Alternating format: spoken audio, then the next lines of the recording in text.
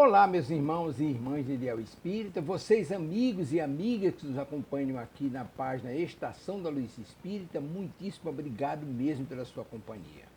A nossa página Estação da Luz Espírita não tem fins lucrativos, o objetivo é a divulgação da doutrina espírita. E é por isso que nós reunimos aqui esta sede de matérias espíritas para que possa atender às suas necessidades, estudo, lazer, pesquisa. Você encontra aqui na nossa página Estação da Luz Espírita os livros da codificação, obras suplementares, entrevistas, palestras e os programas da Web Rádio Estação da Luz de Natal e Web Rádio Cristo Consolador de São Paulo. Ou seja, um acervo que atenda às suas necessidades, sem fins lucrativos. O objetivo é a divulgação da doutrina espírita.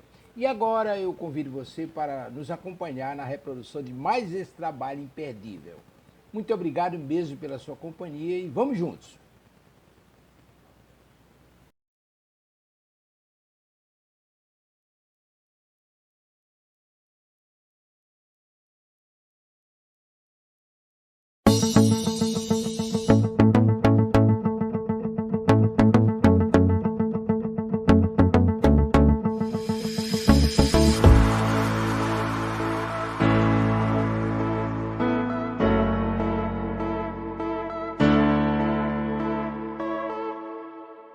Olá, queridas e queridos amigos de Ideal Espírita. Estamos iniciando pela Web Rádio Cristo Consolador o programa Enfoques Espíritas, com o apresentador palestrante Jorge Larrar.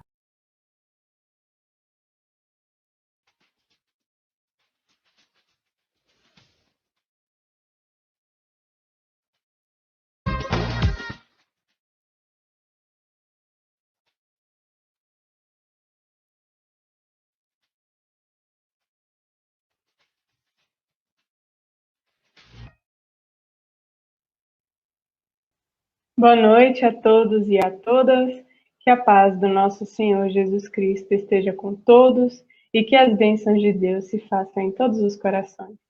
Sejam todos muito bem-vindos à nossa 10ª Semana Espírita de Brumado, a segunda que é realizada de forma online.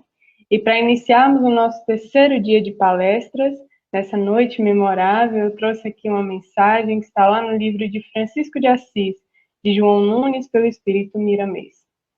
O Apocalipse representa a janela pela qual a humanidade restante poderá passar para o terceiro milênio e sentir a vida nos moldes preceituados pelo Evangelho do Cristo.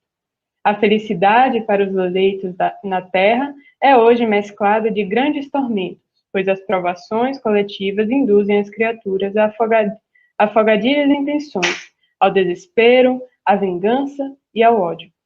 Fugiu do mundo a serenidade, assim como dificilmente nele se encontra o amor. O período é de transição.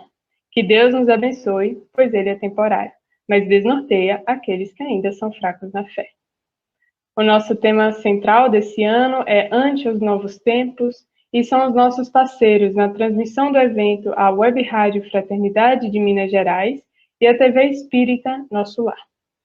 Teremos agora, como prece inicial, William Tunes, coordenador do Conselho Regional 12, e logo em seguida, a nossa vibração musical com Marcos de Assis, da Casa Espírita Francisco Cândido Xavier, de Vitória da Conquista, com as músicas Chico Xavier, Amor Intenso, de Nando Cordel. William, seja muito bem-vindo. Muito obrigado, Brisa. Minha boa noite a todos. E nesse momento nós aproveitamos para nos unirmos com o Pai Criador, buscando em nosso íntimo esta conexão que nos favoreça perceber, dentro desses tempos transitórios, movimentados, a chama que foi implantada pelo Mestre ao nos falar do Evangelho. Que possamos então refletir nas palavras da noite, pedindo a Deus que nos dê amplitude dos pensamentos, consciência, atenção nos ensinamentos, para que esta transição não seja meramente física, transitória, na redundância da palavra, mas que seja plena, em nosso ser. Que possamos, de alguma forma, sermos bons instrumentos ao Mestre Maior nesses tempos que nos aparecem de todos os lados. Que a nossa consciência se amplie e que, acima de tudo, a nossa amorosidade se faça presente perante os momentos de nossa vida. Pai de misericórdia, de bondade, que não nos falte a consciência do bem, a busca pelo trabalho, a busca pelo próximo. Que ao olhar ao meu irmão, eu enxergue a tua presença, que ao olhar a mim, me diminua, para que você, para que ele, para que todos possam aparecer, emergindo assim das noites turvas, esses seres que somos nós, tropeçando, mas nunca desistindo.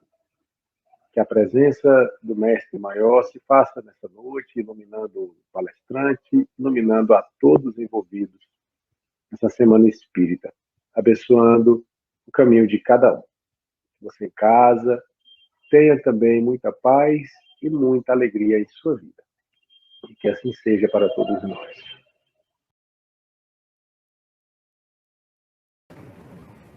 Nós aqui da Casa Espírita Francisco Cândido Xavier, em Vitória da Conquista, gostaríamos de agradecer aos nossos confrades espíritas de Brumado, mais uma vez pelo honroso convite.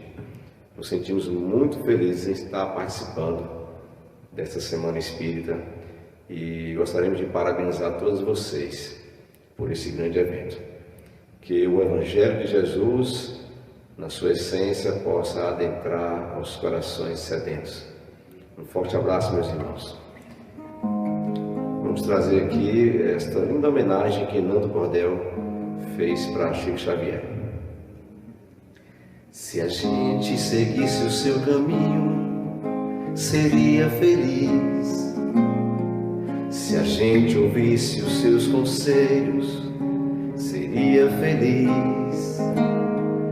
Se fosse manso como ele, seria feliz. Tinha mais coragem e determinação pra mudar. Se a gente compreendesse mais o que ele deixou, seria caridade e paz, a mão do amor, orando, nem se lamentar. Quem seguir o seu exemplo vai se iluminar. Quando acusado sou amor, caluniado sou perdão. Quando traído sou a luz do coração. Quando atacado ele sorriu, elogiado ele nem viu. Meu irmão Chico, nossa eterna gratidão. Quando acusado sou amor, caluniado sou perdão. Quando traído sou a luz do coração. Quando atacado ele sorriu, elogiado ele nem viu. Meu irmão Chico, nossa eterna gratidão.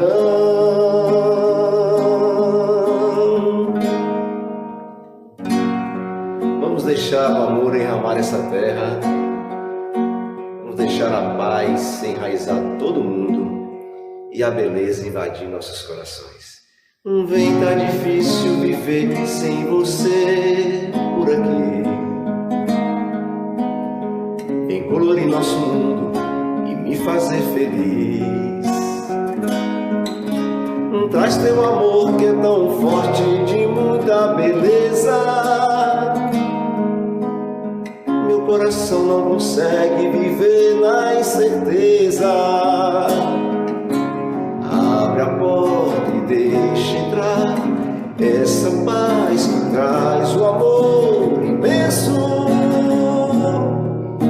imenso.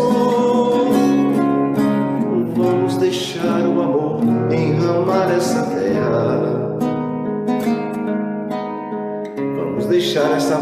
enraizar todo mundo. Vamos deixar a beleza invadir nossos corações, se transformar em corrente em busca de soluções. Abre a porta e deixa entrar essa paz que faz o amor imenso, imenso. Abre a porta e deixa entrar essa paz que faz o amor imenso,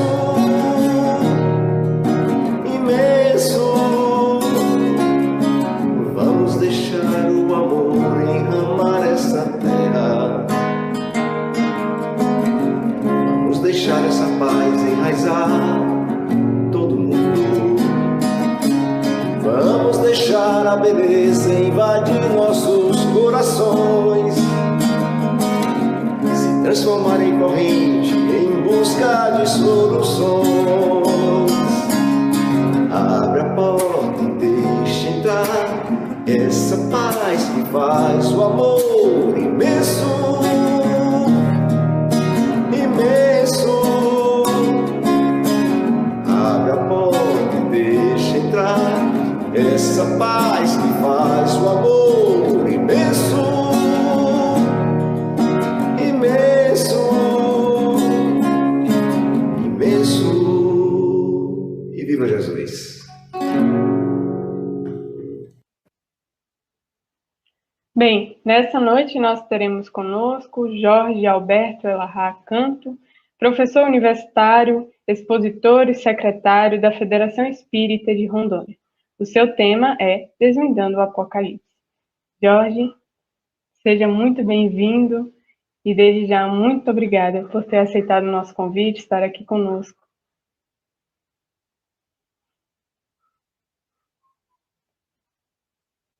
O áudio.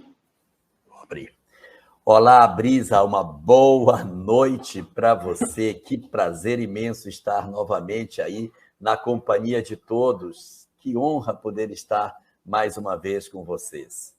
E quero mandar uma boa noite também para o nosso querido William, que esteve conosco, Mateus, que está aí nos nossos bastidores, e uma boa noite muito especial para a Hilda Garcia e para o Ronaldo Coqueiro, que estão assistindo a nossa live. Uma boa noite para vocês, sejam muito bem-vindos. E dizer que essa abertura, essas músicas, meu Deus, que coisa linda. Nossa, muito emocionante o nosso momento de abertura hoje com as músicas de Nando Cordel. Muito bom. Mas o nosso tema de hoje é outro. Nosso tema de hoje é sobre a questão do Apocalipse.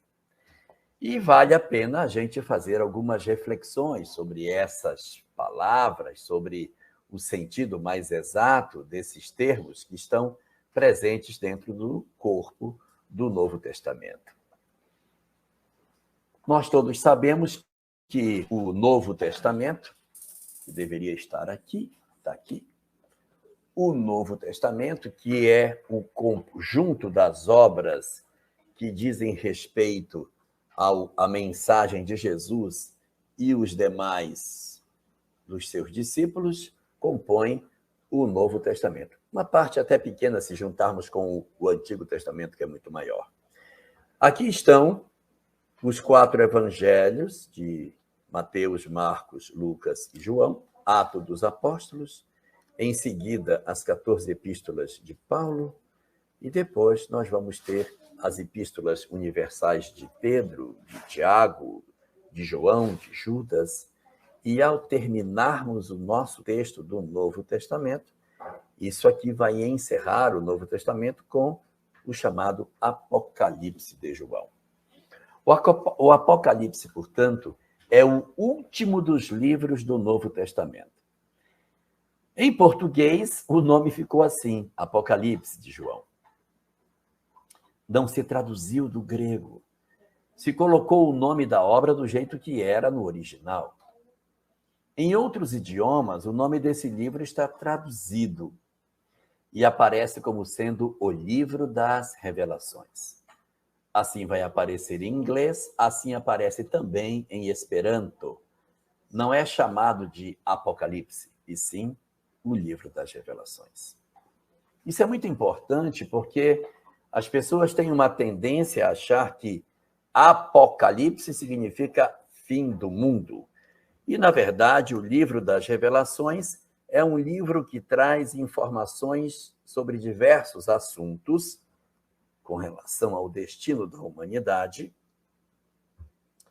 E ele não é, na verdade, um texto ruim, um texto pavoroso, porque a gente criou uma certa expressão de conectar Apocalipse com notícia ruim.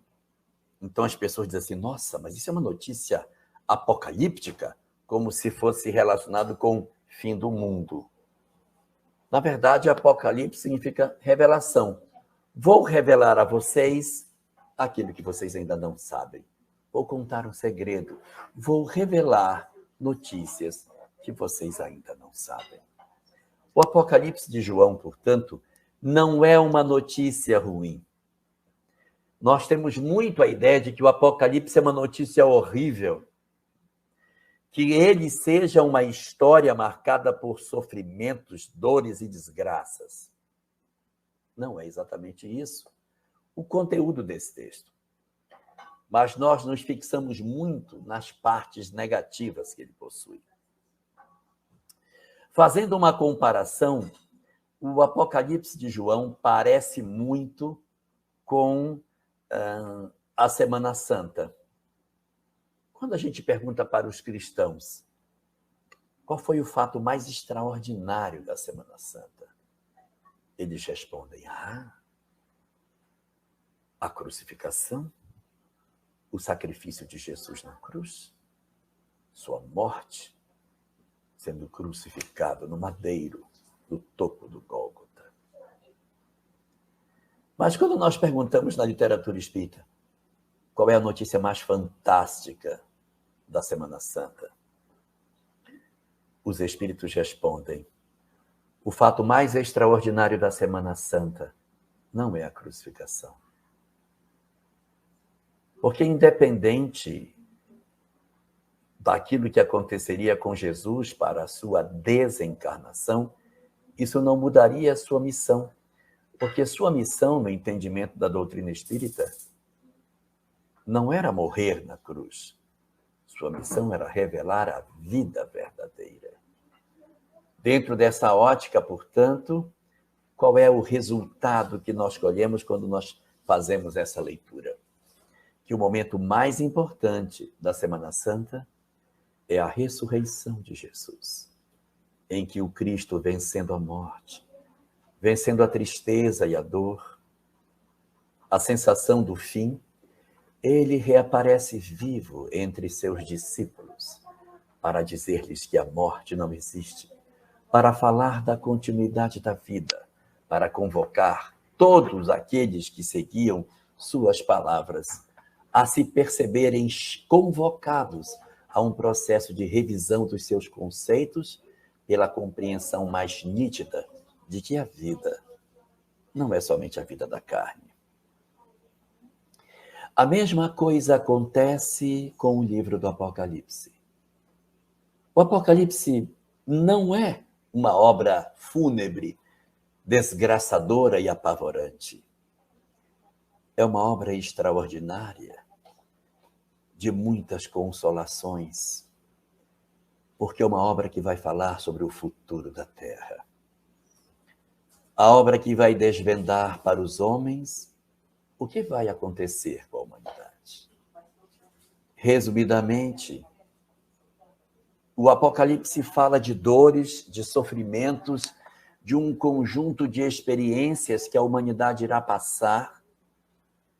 Mas qual é o término da história? Como termina essa saga tão extraordinária? Ela termina numa terra nova, em que os espíritos redimidos se reencontram com Deus e, irmanados no propósito de viverem em paz, conviverão na Terra, numa condição de renovação do planeta em uma sociedade que terá vencido o egoísmo e o orgulho, a guerra e a violência, a fome e a desgraça, para viverem em paz de acordo com os ditames das leis de Deus.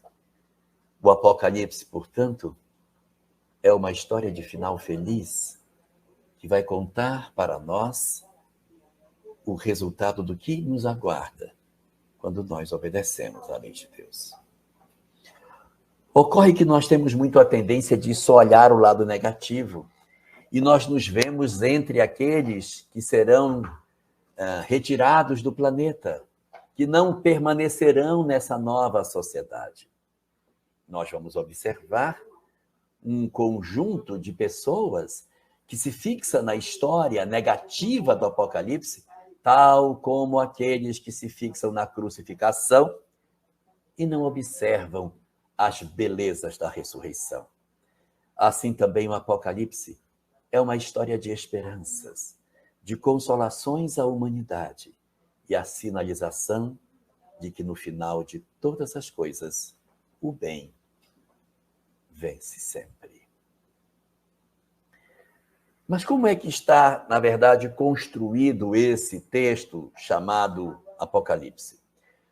Esse texto ele teria sido recebido por João, o evangelista, o mesmo que escreve o Evangelho de João, bem mais velho, escreve o Apocalipse em cima de umas visões que ele tem. Ele tem umas vidências e ele transcreve as vidências para o papel. Só que as vidências de João não são apresentadas de maneira literal, até porque as imagens que lhe são apresentadas, ora são imagens simbólicas, ora ele enxerga coisas que a mente de João não consegue entender o que seja. Então ele, de certa maneira, traduz o que ele está vendo dentro da visão dele de mundo.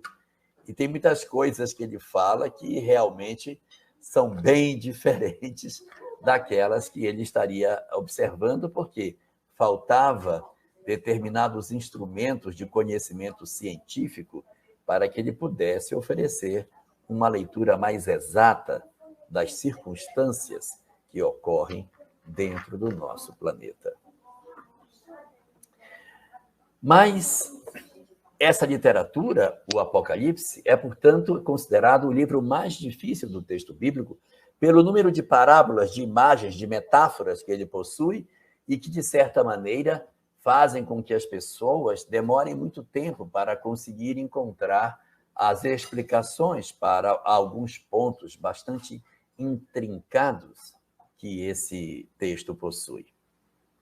Nós possuímos algumas obras dentro do Espiritismo que fazem algumas observações sobre a interpretação espírita de várias passagens contidas no livro das Revelações do Apocalipse. E encontramos também na obra A Caminho da Luz, de Emmanuel, algumas pequeninas notas que também nos remetem a entender o sentido mais exato de algumas passagens contidas na obra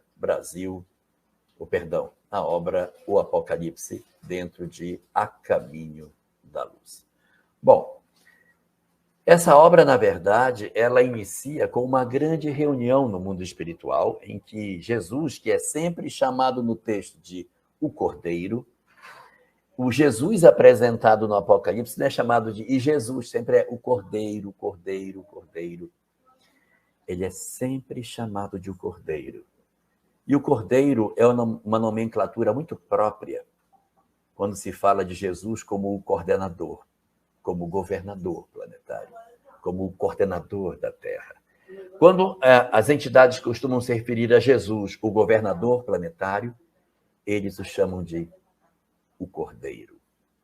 Então, o Cordeiro, o governador da Terra, reúne-se numa assembleia cercada de várias entidades de uma alta elevação espiritual, e nesse momento, simbolicamente, eles irão realizar o trabalho de verificar os destinos do planeta. E então, cartas são emitidas para 7 igrejas antigas, São pequeninos bilhetes, não chegam a ser cartas, é um parágrafo só para cada uma delas. E todas as 7 cidades que são citadas no texto do Apocalipse, para as quais se manda algum bilhete, sempre o bilhete traz alguma reprimenda. Umas é o desinteresse, outras é o amornamento da sua conduta, para outras é a indiferença, o abandono, a idolatria. Cada igreja com um pequenino traço de imperfeição. Somente uma igreja recebe um bilhete, uma cartinha, em que não denota nenhuma imperfeição dos seus membros, daqueles que ali frequentavam. É a igreja de Filadélfia.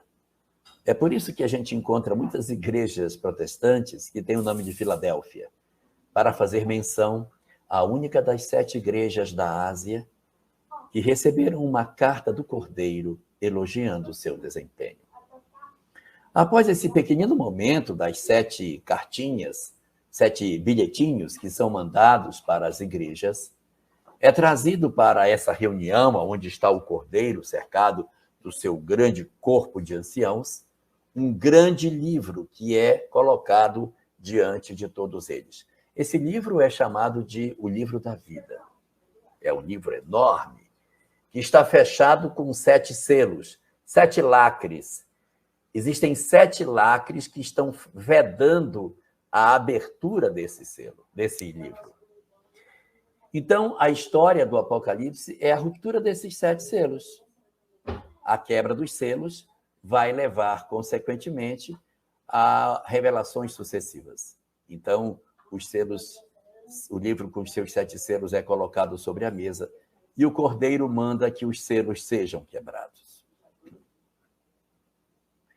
O primeiro selo se quebra e de dentro do livro sai um cavaleiro montado num cavalo branco, com um arco e uma flecha na mão, e ele vai com poder, com autoridade.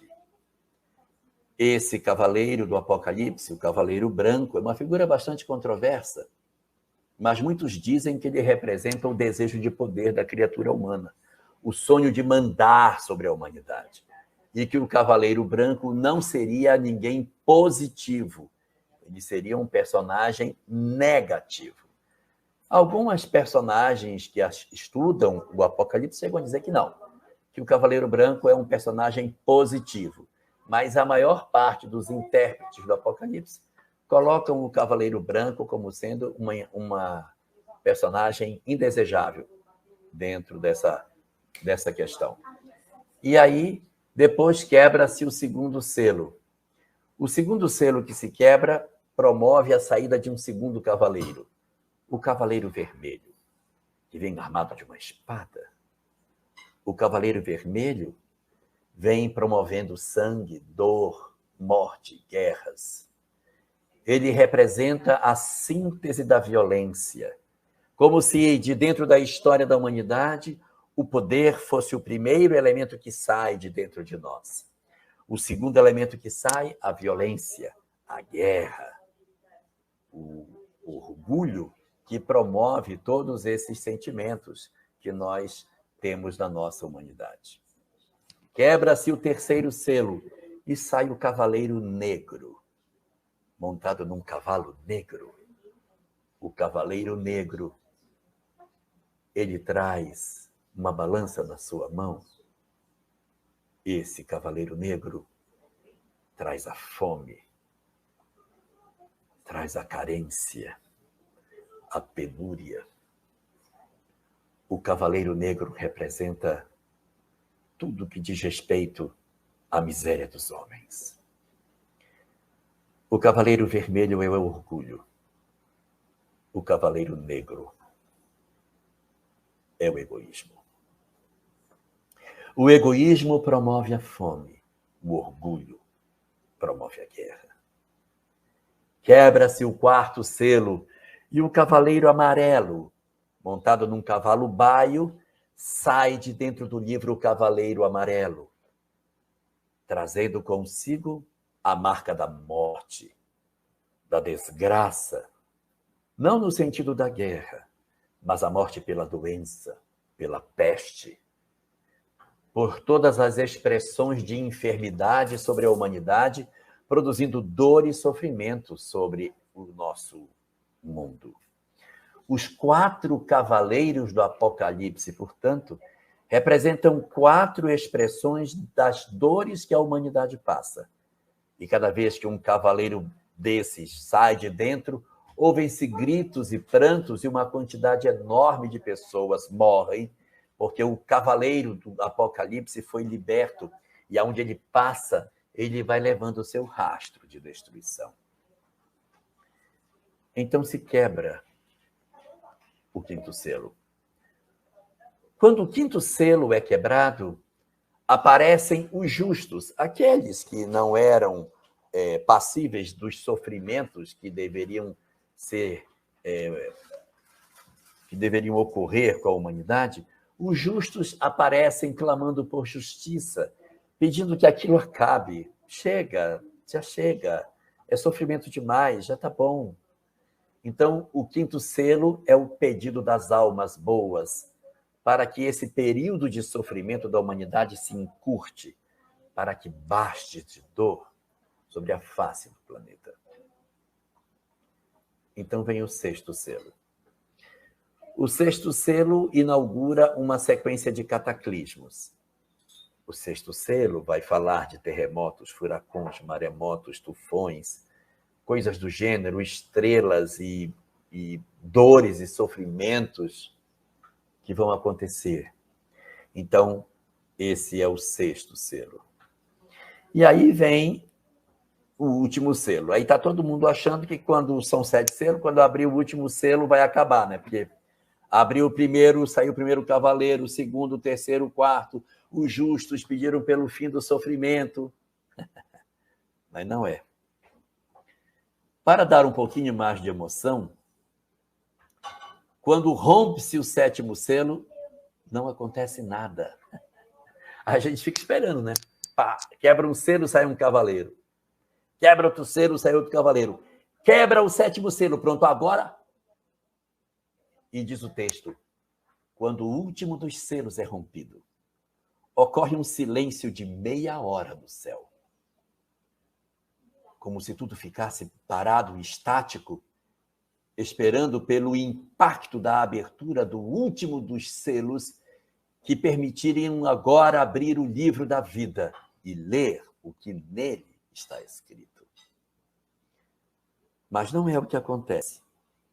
O selo se rompe, meia hora de silêncio, como se fosse um momento de introspecção da humanidade para o que vai acontecer, e segue-se, então, o que se dá com a abertura do 7º selo.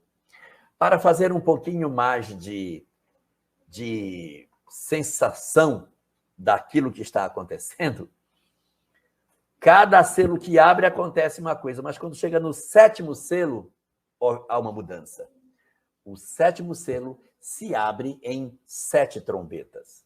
Então, abre o primeiro, o segundo, o terceiro, o quarto, o quinto, o 6º selo. Quebra o 7º, aí vem do 7º selo a primeira trombeta. Quebra-se o selo, o segundo selo, a segunda trombeta. E assim vai a sequência. Então, quebrou-se o 7º selo, meia hora de silêncio no céu, e em seguida, a primeira trombeta. Um anjo aparece e toca a sua trombeta. E um fogo desce do céu e mata 1/3 da população da terra. Vem o segundo anjo e toca a segunda trombeta. E segundo o Apocalipse, o mar se faz sangue. E 1/3 das pessoas também morrem. E os navios também naufragam. Bom, 1/3 já morreu com fogo do céu. Se morrer 1/3 no mar, só sobrou 1/3. Aí vem e uma estrela cai nas nascentes dos rios e mata mais 1/3 das pessoas. Pronto, acabou. Porque o fogo do céu matou 1/3. O sangue do mar matou 1/3. A estrela que caiu matou 1/3. 3/3 é o inteiro, acabou a humanidade. Mas prossegue a história. 1/3 cai nas nascentes dos rios e mata 1/3 da população. vem o quarto anjo e toca a quarta trombeta. E 1/3 do sol perde a sua luz. 1/3 da lua não dá mais a sua luz. E 1/3 das estrelas também se apagam. Aí a gente poderia dizer, bom, então agora vem a quinta trombeta, né? Que é o 7º selo, primeira trombeta, segunda, terceira e quarta trombeta. Agora vem a quinta trombeta. É verdade. Agora vem a quinta trombeta do 7º selo. Só que a quinta trombeta do 7º selo tem um nome específico. Ela se chama o primeiro ai. Ai de dor. É o primeiro ai, ou seja, o primeiro gemido de dor. O primeiro ai é a quinta trombeta do 7º selo. Essa trombeta toca e João diz que vê uma quantidade enorme de gafanhotos que voam no céu e esses gafanhotos cospem fogo, atirando esse fogo contra as pessoas e eles passam zunindo no céu. Existe muita convergência de que essa imagem desses gafanhotos que cospem fogo seria uma antevisão de aviões em guerra atirando contra o território. Então, os gafanhotos de João seriam aviões de batalha, vistos 2000 anos antes por João, que não tinha como melhor definir esse tipo de situação. Daí vem a 6ª trombeta do 7º selo, que é também chamada de o segundo ai. O que é o segundo ai? O segundo ai fala de uma guerra em que 200 milhões de soldados saem para combater na Babilônia. A Babilônia hoje é o Iraque, mas no texto não aparece Iraque, evidentemente. No texto aparece que seria uma batalha acontecendo no Iraque. Ele fala de cavalos de ferro que existem nessa batalha e que esses cavalos de ferro, eles cospem fogo pelo seu focinho. E alguns estudiosos dizem que a questão dos cavalos comentados no Apocalipse seriam, na verdade, os tanques de guerra. Aí, então, nós vamos chegar no último momento do Apocalipse. Nós vamos chegar no momento em que nós temos o último selo, o 7º selo do 7º ai. Então, a 7ª trombeta do 7º selo, que é o terceiro ai. Então, são 7 selos. O último selo abre em 7 trombetas. E a partir da 5ª trombeta vem o primeiro ai, o segundo ai, e agora, na 7ª trombeta do 7º selo, o terceiro ai. O que é o terceiro ai? O terceiro ai é a batalha final do bem contra o mal. É a ocorrência de uma batalha que tem até nome. Ela é chamada de Batalha de Armagedon. É uma batalha que coloca fim ao sofrimento na terra, porque o Cordeiro vence essa batalha, o mal é vencido, e em função dessa vitória, os que seguiam a todos aqueles que se opunham ao Cordeiro são retirados e conduzidos para um outro lugar. E após a vitória do bem, ocorre um reinado sobre a terra e a transformação da humanidade. Bom, essa é a história quando está se abrindo os selos. Depois que todos os selos estão abertos, está na hora de ler o livro, né? Porque a gente só estava vendo os selos. Estavam quebrando os lacres para que, quebrados os lacres, alguém pudesse abrir o livro para começar a ler o livro da vida. Então, agora, a gente vai ler o que o livro fala. O livro fala de uma mulher que está grávida, perseguida por um dragão. Essa mulher dá à luz no deserto e o seu filho é perseguido pelo dragão que quer matar a criança. Os estudiosos dizem que a mulher grávida é a religião. O dragão que a persegue é o Império Romano. O parto que ela tem é o surgimento do cristianismo. E a perseguição do dragão para querer matar a criança era o processo de perseguição que o Império Romano promovia em relação às questões que dizem respeito ao surgimento do cristianismo na época em que João escreve, em que o Império Romano ainda procurava matar a criança que havia nascido no deserto. Na sequência da história, vai falar que o dragão vai ter poder e o dragão vai se estabelecer sobre a terra. O Império Romano se estabelece sobre a terra. E diz que o dragão vai dar poder a uma besta que sai da terra. Essa besta teria 10 chifres e 7 cabeças. Muito estranho, o que seria isso? 10 chifres e 7 cabeças? O próprio João diz que ele pergunta isso ao anjo, e o anjo diz a ele que as 7 cabeças representam os 7 montes aonde a besta está assentada. E os 7 chifres representam as nações que apoiam a besta. Os estudiosos dizem que as 7 cabeças representam os 7 montes que cercam a cidade de Roma, a única cidade que se conhece que é cercada por 7 montes. E os 7 chifres, os 10 países que apoiaram o cristianismo naquele período da Idade Média, em que, equivocadamente, eu disse nós, vivendo na pele de cristãos naquele período, provocamos as mais graves distorções do pensamento cristão.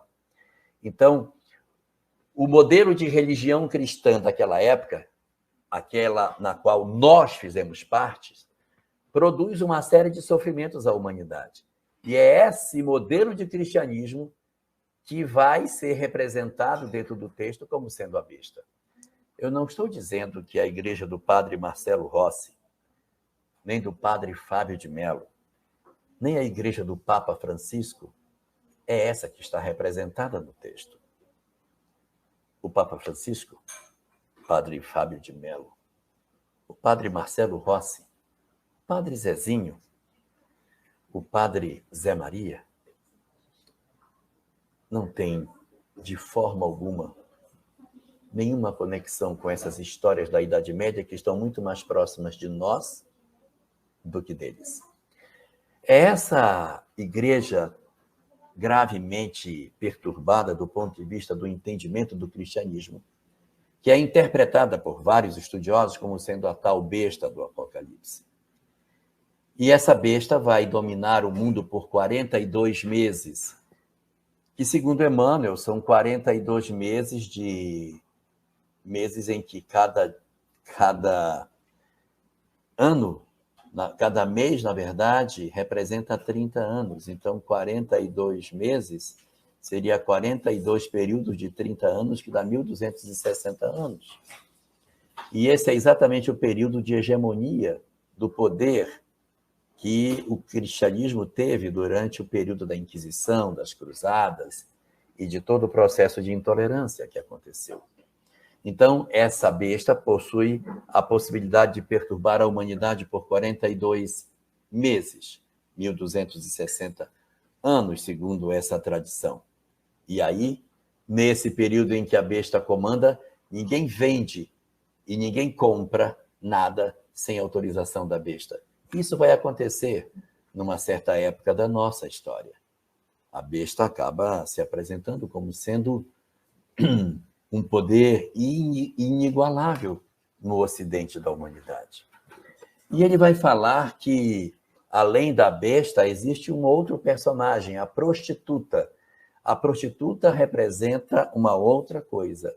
A prostituta vive bebendo vinho, rindo, gargalhando, e ela faz todo tipo de maldades, todo tipo de equívocos. E João pergunta, e quem é a prostituta? Aí ele diz, a prostituta é a grande cidade que reina sobre os reis da terra. Isso está no Apocalipse, do capítulo 17, no versículo 18. E ela diz que essa prostituta, ela está montada na besta. E os estudiosos dizem, quem é prostituta? A prostituta é a cidade de Roma. está montada na besta. E aí ele vai explicar o que são as 7 cabeças. Aí, nesse capítulo 17, é quando vai ser falado nisso. E ele vai dizer, queres saber quem é a besta? Eu então te digo. Aí ele vai falar que a besta tem o número 666. Os 3 números 6, 6, 6 representariam o nome da besta. Que seria isso? Se você for investigar a internet, você vai encontrar mais de 20 pessoas que são apontadas como sendo a besta do Apocalipse. Eu fiz uma pesquisa rápida e eu achei o ex-presidente norte-americano George Bush Jr., Ronald Reagan, Kennedy, Hitler, Napoleão, Saddam Hussein, Bin Laden, Reza Parlev, Mao Tse-tung, Khomeini, Milosevic, Stalin, Mussolini, Bill Gates, o Windows 95 e até os Beatles. As pessoas fazem contas com o nome dessas pessoas e conseguem provar que, de repente, sim, essas pessoas podem ser, sim, consideradas como sendo o 666. Então, dá para ver que tem muita tentativa de apresentação disso por uma ótica que não é a ótica espírita. E muita forçação de barra, porque não é possível que coisas tão distintas representem esse mesmo personagem, a chamada besta, 666, o número da besta. Então, depois de todos esses sofrimentos e de todas essas tentativas em que a besta domina, a besta depois vai perder o poder. Quando a besta perde o poder, ocorre uma tomada. Os anjos se reúnem e fazem uma tomada do cenário onde a besta estava.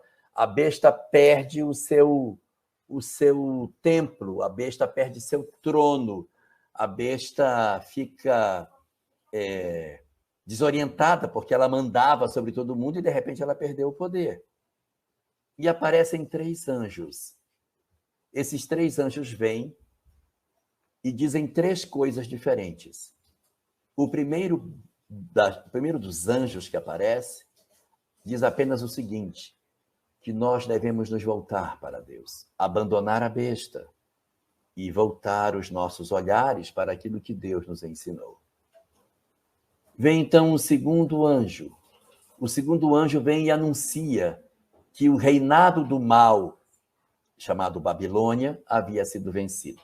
É muito importante perceber que a Babilônia, no ideário judaico, representava tudo de mais errado que o mundo pode ter. Tudo que os judeus queriam chamar de errado, eles chamavam de Babilônia. Porque eles haviam sido escravos na Babilônia, e na Babilônia as coisas mais absurdas haviam sido cometidas. Então, a queda da Babilônia, para eles, significa a queda do mal. E o segundo dos anjos vem comentar para nós que a Babilônia havia caído. Caiu a Babilônia, caiu o mal, ela não tem mais poder. Pronto, ela tinha poder sobre os homens durante 1260 anos, perdeu o poder. A besta está sem o poder. Nós vamos agora iniciar o processo de retomada daquilo que a besta fez. E aí, o primeiro pede para nos voltarmos para Deus. O segundo fala que a besta não tem mais poder. E o terceiro dos anjos vai mandar um recado direto para todos aqueles que eram os adoradores da besta, em que ele diz que os adoradores da besta, aqueles que serviram a besta, que serviram aos seus interesses, agora encontrarão a consequência dos seus equívocos. Eles vão dizer que quem for partidário da besta vai encontrar agora as consequências da lei de causa e efeito. O Cordeiro vai relacionar os que serviram a besta para que eles encontrem as consequências de seus equívocos. De maneira mais resumida, posso dizer que é mais ou menos assim que o anjo diz. Gente, quem serviu a besta, se prepare, porque está frito. Depois desses 3 anúncios desses 3 anjos, outros 7 anjos aparecem. Cada um dos anjos que aparecem, eles aparecem com uma taça na mão. Em cada taça que eles estão, tem uma desgraça. tem uma praga. Quando o anjo derrama a taça, aonde ele derrama a taça, acontece algo de muito ruim. O primeiro dos anjos que vem com a taça, derrama a taça que ele traz em cima dos adoradores da besta.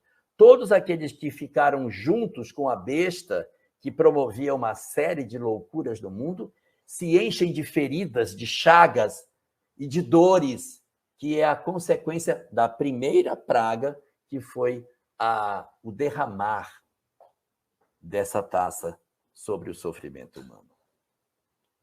Aí vem o segundo anjo com a segunda taça de praga. Ele derrama a taça dele no mar, e o mar se faz sangue.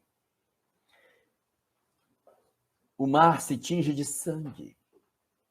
E o terceiro anjo vem e derrama a sua taça sobre os rios. Um derramou sobre o mar, o outro derrama sobre os rios, que se fazem também rios de sangue. E os anjos dizem: vingança, vingança, vingança. Então vem o quarto dos anjos. Ele derrama a sua taça sobre o sol, e o sol se torna mais forte, e o sol aquece a terra e fica ainda mais quente.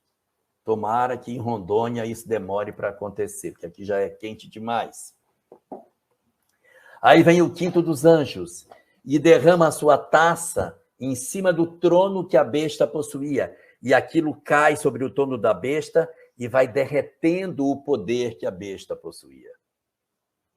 O sexto anjo vem e derrama a sua taça sobre o rio Eufrates. O rio Eufrates é um rio da Mesopotâmia, é um rio que banhava a Babilônia, significa secura para a Babilônia, sede, falta de poder. Os anjos agora estão, de certa maneira, combatendo a Babilônia, impedindo que ela tenha água. Vejam que isso é tudo figurado, pelo amor de Deus. E vem o sétimo dos anjos, com a última taça, falando da Batalha de Armagedon. A Batalha de Armagedon é a batalha dos anjos contra todos aqueles que estavam dispostos a se opor ao Cordeiro. Aí se juntam a besta, a prostituta, o anticristo. Meu Deus, todos os que representam o mal se opõem ao Cordeiro. O Cordeiro e seus anjos, então, travarão uma batalha nos céus para dizer a todos esses que o Cordeiro é quem coordena os destinos da terra. Aparecerão aí, então, duas figuras, Gog e Magog. Já há quem diga que Gog é Google, que Magog e Gog representam a internet. Mas são interpretações que a gente ouve e tem que ficar quieto. Até mesmo o cavaleiro branco do Apocalipse vai aparecer agora no meio da batalha para tentar guerrear. E ocorre um fenômeno bastante forte nessa hora. Por 1000 anos, Satanás esteve preso, e na hora que a batalha de Armagedon se faz, Satanás então é solto para guerrear junto com os seus para impedir a vitória do Cordeiro. Mas o Cordeiro vence. Ocorre a vitória na batalha de Armagedon. O bem vence o mal. Todos aqueles que serviram a besta, que serviram ao anticristo, que se perfilaram com Gog e Magog, serão todos reunidos e retirados da terra. Serão levados para outros lugares. Acompanhando seus líderes, eles vão embora. A terra renovada, então, é um novo lugar. Um juízo é estabelecido e Jesus, no seu trono, separa aqueles que ficarão na terra dos que ficarão em outro lugar. Um novo céu e uma nova terra descem. Uma nova Jerusalém aparece. E todos aqueles que foram leais ao Cordeiro, que amaram, que se dedicaram, que foram fiéis àquilo que Deus queria que fizéssemos, são eleitos pelo Cordeiro para habitarem a nova terra em comunhão com Deus. E o texto acaba. Não é lindo? Não é um texto que a gente possa dizer que é de sofrimento. não dá para a gente dizer que aquilo que nós encontramos dentro do Apocalipse seja uma história de dor, de degredo, de punição. Não. É lógico que existe sofrimento. Puxa, tem muito sofrimento. Tem guerras, conflitos, dores, muitas coisas. Mas se você observar, esses sofrimentos estão consagrados a todos aqueles que desobedecem à lei. Os que obedecem à lei, os que fazem aquilo que seria a vontade de Deus, esses permanecem dentro dos ideais superiores e, portanto, não são atingidos pelos processos de sofrimento que ocorrem com as outras criaturas. Ah, quer dizer, então, que eles não vão passar por nenhum dissabor? Vão. Estamos na Terra, iremos passar pelo dissabor. Mas a fé, a certeza do que está acontecendo, a fibra espiritual que terão aqueles que são os eleitos, não permitirá com que eles se desesperem, que eles entrem em pânico, que eles experimentem a infelicidade. Eles poderão passar por sofrimentos, por carências, mas estarão apoiados pela fé, na certeza de que tudo isso passará. E as notícias do Apocalipse vão enchê-los da certeza de que todas essas coisas terão um tempo para acontecer. Tá, mas como que a doutrina espírita interpreta todas essas coisas? O que o Espiritismo diz sobre tudo isso, sobre esse Apocalipse? O que nós temos sobre isso? Bom, nós podemos dizer, de maneira sintética, que conforme fala a doutrina espírita, existem 5 naipes de espíritos que estão vinculados ao planeta Terra. E esses espíritos estarão presentes nesse nosso momento de transição planetária. A batalha de Armagedon é a transição planetária. O que é narrado como sendo uma única batalha demorará séculos acontecendo, em que o bem e o mal estarão se encontrando na perspectiva de haver mudança, transformação dos homens, e assim a capacidade de libertarmos as criaturas da sua condição de sofrimento. Então, um primeiro naipe de espíritos que a gente pode encontrar nessa condição dos espíritos são as almas que verdadeiramente são endurecidas. Espíritos difíceis, esses são difíceis, sinal vermelho para eles. Eles têm o sinal vermelho. Por que um sinal vermelho para essas entidades? Porque eles são consagrados ao mal. Eles odeiam simplesmente. Eles não querem o bem. Eles estão totalmente indiferentes a tudo que possa ser a mudança. Eles são tão difíceis que parte desses espíritos não reencarnam na Terra com frequência. Eles ficam nos porões do mundo espiritual. Eles nem reencarnam, porque eles são tão difíceis que, quando eles vêm, eles promovem perturbação na humanidade.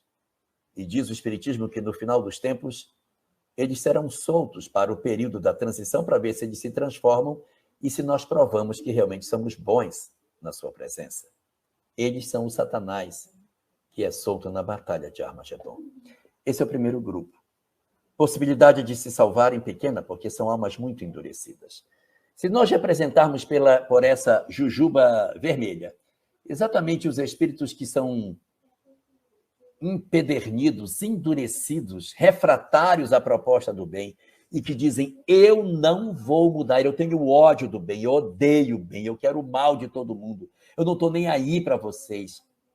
Esses não fazem oposição a nós. Eles fazem oposição ao Cordeiro. Eles se opõem ao Cristo, não é a nós. Se o Cristo tem uma ideologia, eles se opõem ao Cristo, eles são os falsos cristos. Aqui estão os falsos cristos, as entidades enlouquecidas e perversas que dominam a mente das criaturas e que ora estão encarnadas ou desencarnadas, estimulando que outros semelhantes a eles possam se dirigir ao mundo espiritual sem condição de retorno, porque estariam realmente perdendo a concessão de permanência na Terra. Por quê? Porque são espíritos difíceis. Aquilo que Kardec chama de os maus não tocados pelo bem ainda. Porque eles serão renovados, mas ainda não chegou o tempo de despertamento. Esse é o primeiro grupo Para esses, qual é o sinal que a gente vai dar a eles? Fica ou vai? Sinal vermelho. Esses não ficam na Terra. Nós temos um segundo grupo de espíritos que também participa do planeta. O segundo grupo de espíritos que participa do planeta são os que estão renovados. São almas superiores? Não necessariamente, mas eles querem mudar, querem fazer o bem, estão sensíveis à mudança.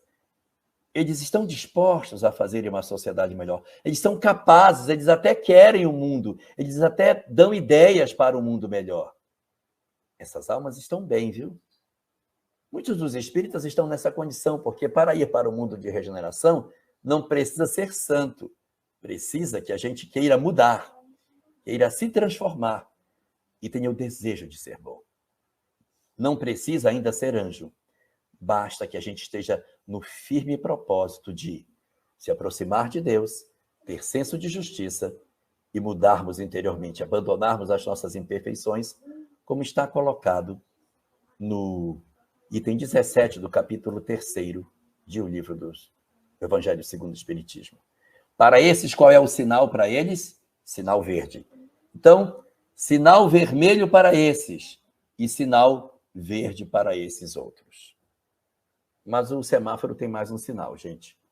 Existe um terceiro sinal no semáforo. Sinal amarelo. Espíritos que a gente não tem certeza se eles realmente estão aptos para uma sociedade de regeneração. Eles até trazem algumas virtudes, mas ainda trazem muitos erros do passado.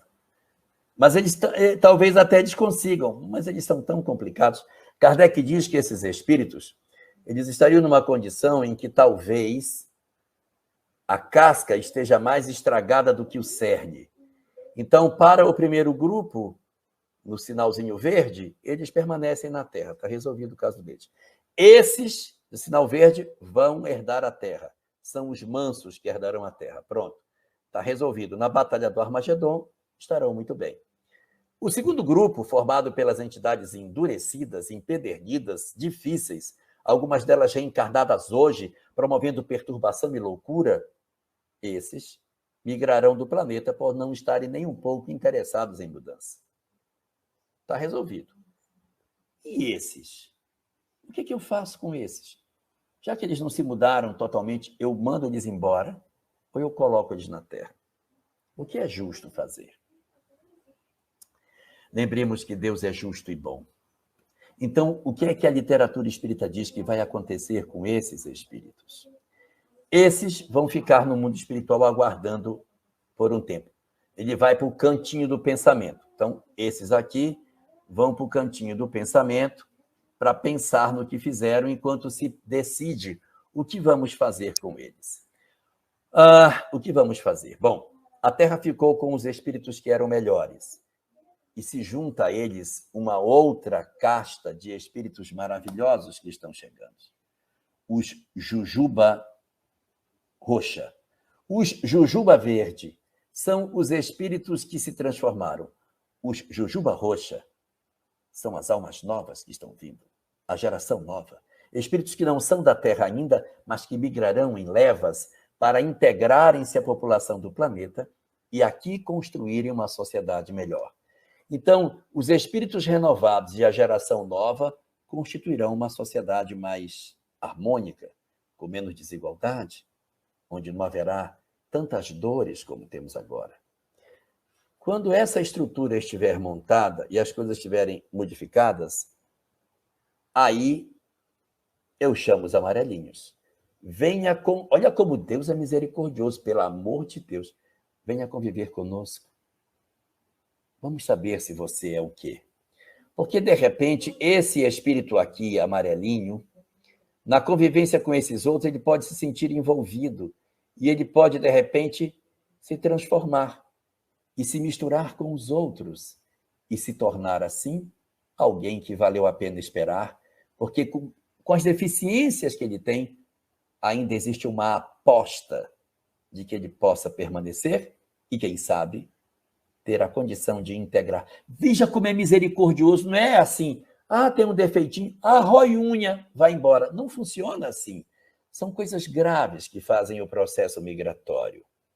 Então, esses que são amarelinhos podem se misturar e sumir no meio da geração nova e dos espíritos renovados e se integrar à Terra. Mas um outro grupo de espíritos que são amarelinhos pode não se sentir atraído. Nossa, que chata essa sociedade. Nossa, eu queria tanto uma perturbação e não tem. Ah, não estou nem aí para esses caras, não. E aí ele vai se afastando e vai sumindo no afastamento dele. E quando você vê e você tenta trazê-los de volta, eles não são mais amarelinhos. Eles agora são, na verdade, laranjinhas. Eles se modificaram. Eles eram amarelinhos, mas em função da perturbação que os maus que já foram embora fizeram sobre ele, eles ficaram mais tendentes ao mal do que a se transformarem.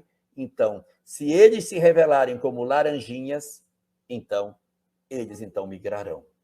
A Terra migrará e na humanidade terrestre restará apenas as almas renovadas, aqueles que são as almas jovens e os espíritos que na repescagem ingressaram de volta nessa sociedade e se juntando, se confundiram com os outros dois, fazendo uma humanidade renovada. Essa é a síntese da leitura do Apocalipse pela visão da doutrina espírita.